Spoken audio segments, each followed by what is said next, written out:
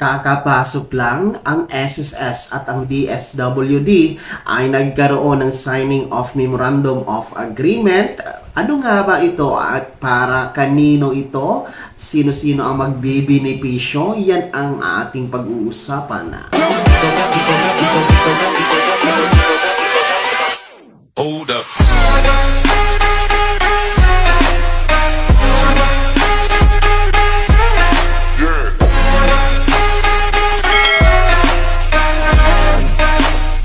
Hello mga ka-vlogs! Welcome dito sa aking YouTube channel. Magandang araw po sa lahat ng mga manonood sa anumang dako kayo sa mundo. Kumusta mga ka-vlogs? Kakapasok lang na hinggil nga po dito sa DSWD at ng Social Security System or SSS kung saan nagkaroon po ng signing, pirmahan ng Memorandum of Agreement or MOA hinggil nga po sa departamento ng DSWD. So, meron na pong partnership itong DSWD sa SSS. Pero, sino-sino nga ba ang makakabenepisyo nito at ano ang kanilang makukuha? Paano ito mangyayari? Bago natin yan pag-uusapan, kung hindi ka pa nakasubscribe at bago ka pa dito sa aking channel, maaari nyo nang i-click ang ating subscribe button na nasa baba. Huwag kalimutang pindutin ang notification bell. Ilagay nyo sa all para updated kayo sa lahat ng mga videos na i-upload ko. So, eto na, mabalik tayo sa katatapos lamang na signing of Memorandum of Agreement or MOA between DSWD and the SSS mga ka-vlogs. Ito po ay para sa mga 4-piece beneficiaries or itong tinatawag natin na Pantawid, Pamilyang Pilipino Program 4-piece mga ka-vlogs. So, sa ilalim po ng Alcansya na programa ng SSS, hinihikayat itong mga 4-piece beneficiaries na magpamiyembro, maghulog sa SSS para pag-graduate nila ng pagiging beneficiaryo sa 4-piece ay magkakaroon sila ng benepisyo sa SSS kagaya ng mga regular members, both employed or self-employed, at higit sa lahat magkakaroon din po sila ng chance na magka-pensyon pagdating po ng 60 years old or makumpleto yung 120 months contribution kay SSS mga ka-vlogs. So, hindi kasi lahat or hindi naman po talaga forever, hindi po talaga habang buhay na magiging beneficiaryo ang isang 4-piece, sa 4-piece, kasi meron po yung graduation. And of course, up to 7 years lang yan siya. So at least kahit pa paano, pagkatapos ng 4-piece journey niyo, pagkatapos po na mawala kayo sa 4-piece, ay magkakaroon po ng benepisyo sa SSS, magkakapensyon kay SSS. So yun po yung objective, yun po yung layunin, bakit meron pong Alcansya na tinatawag Alcansya program between the SWD and the SSS for 4-piece beneficiaries. So narito po, panoorin nyo muna yung ilang eksena, ilang pahayag sa nangyari po kahapon na signing of Memorandum of Agreement between the SWD and the SSS mga ka-vlogs. Pakinggan natin ang DSWD Secretary Rex Gatchalian and the SSS President and CEO Rolando Ledesma Makasait. Morning po, Mary po from Radyo Pilipinas. I understand ang isa po sa mga parang target beneficiaries, yung mga member ng Workers Association, informal sector groups. May number ba tayo, Secretary, kung ilan, from the 4.4 million beneficiaries, ilan ba doon yung mga under nitong Workers Associations, mga... The goal there is the entire 4.4. Alright. I don't think we should subset the 4.4 kasi the 4.4 themselves are the poor, marginalized, and vulnerable. So yun yung nasa database natin. Hindi na importante kung saan subset sila kasali. Alright. And to us, President Makasait, kung matutuloy po yung 570 pesos na minimum, para lang po sa mga 4-piece beneficiary, magkano po ba yung aasahan nilang benepisyo kapag sila ay nagbabayan ng 570 pesos na kontribusyon sa SSS? Your question is how much will the pension be if it's say Yes 300? po, yan, yung mga Alam mo, benefit. sa I mean sa SSS, your pension, if you pay 570 for 10 years, siguro what we can do is, pinapaaral ko pala nga, wag nyo mo nang ano to, today if your pension is, if you pay 570 for 10 years, your pension will be between 2,000 to 3,000 a month.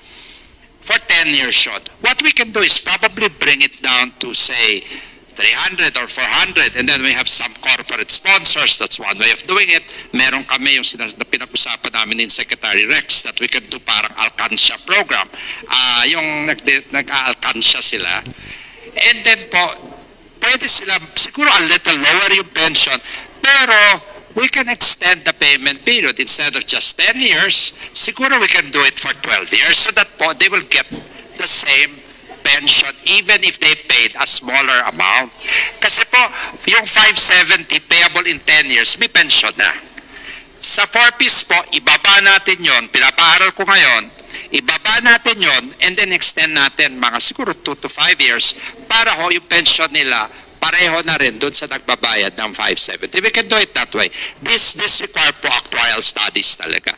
And sila Secretary Rex po at saka yung team ko po, meron na po kaming ginawang mga kakausap sa kanila to finalize all these details po.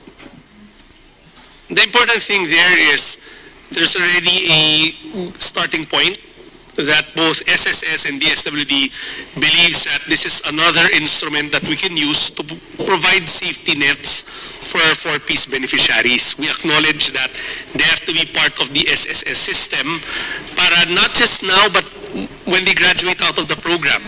Remember the graduation of the program when you become self-sufficient or when you reach 7 years. So it's sort of a safety net for them na kailangan nila maunawaan. And that, again, while it's a responsibility of SSS to come up with these creative packages for 4-piece beneficiaries, kami naman, it will be our responsibility to sell those packages to them.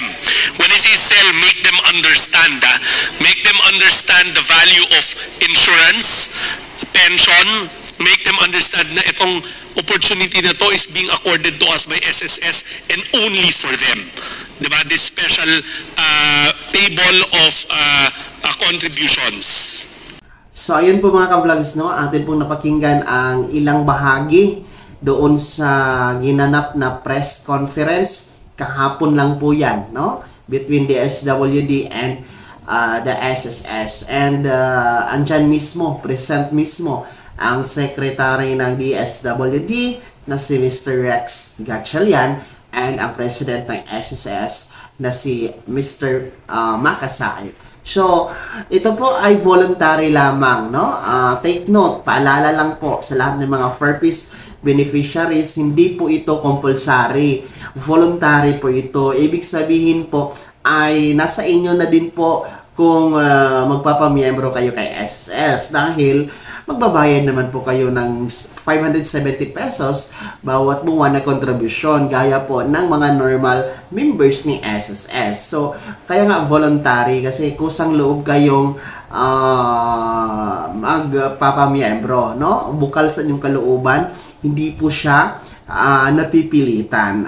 And take note, sa mga 4-piece beneficiaries, ayon po sa ating DSWD Secretary, hindi naman po automatic na i-deduct yan sa inyong makukuhang monthly subsidy, monthly allowance from 4-piece. Kasi nga po, voluntary. Kagaya po siya doon sa Kasangga Collect Program ng SSS, doon sa mga LGUs, no? Doon sa mga hindi po covered ni GSIS ng mga government employees, no? Kasangga Collect Program. So, parang ganun din po dito sa mga 4-piece beneficiaries ng DSWD, no? Sa ilalim po ito ng Alcansya program ni SSS, mga ka-vlogs. So, voluntary lamang po ito kung gusto nyo lamang po mga 4-piece beneficiaries. Of course, ma-enjoy nyo po ang benefits sa pagiging miyembro ni SSS, no? Una po dyan, meron tayong tinatawag na mga loan benefits, no? Pwede kayong mag-salary loan, pwede kayong mag-educational loan, restructured loan, emergency loan. Ayan, meron din tayong maternity benefits sa ating mga kababaihan kung saan up to 105 days na po ang araw na bayad ni SSS kung kayo ay manganganak, ha? Kayo mga kababaihan. And 115 days, may additional yan na ilang araw, no? 15 days I think, na para sa ating mga solo parents na mga nanganak po. And meron din po tayong death certificate kung sakali pong mamatay ang isang SSS member, funeral benefit, and then meron din tayong tinatawag na pension benefit, of course, no? Yung inaantay natin kung saan, kung tayo ay makakatungtong ng 60 years old at kung makumpleto po natin ang ating 120 months contribution, ayan po, ha? Magkakapensyon tayo kay SSS. And alam nyo, ang pinakamabawang pensyon ni SSS ay nasa 2,200 pesos. Pero maaari pa yung lumaki kung kayo po ay willing na mag-invest din voluntary dito sa tinatawag na SSS Pension Booster. So marami po talagang benefits sa pagiging miyembro sa SSS. Kaya naman mga purpose beneficiaries, grabe sa opportunity na meron po ganitong partnership program between DSWD and the SSS, no? Para naman po ito sa inyong kinabukasan, para po hindi na po kayo magkakaproblema, no? Magkakapensyon kayo pagkatapos na mag-graduate kayo sa pagiging purpose beneficiaries, no? And ayon na din po sa SSS President and CEO Orlando Ledesma Makasait, ang 570 ay pinag-aaralan pa nila na mas mapababa pa ang contribution monthly up to 300 pesos. So, pinag-aaralan pa nila yan. And of course, no, talagang plus factor ito sa ating mga purpose beneficiaries. Kaya naman, kung interesado po kayo, since meron ng signing of memorandum of agreement, ay makipag-coordinate kayo sa inyong LGU, particular po ng inyong MSWDO or CSWDO office na andyan sa inyong LGU, no? Kung gusto nyo pong maging miyembro sa SSS. Kudos po sa ating DSWD and sa ating SSS.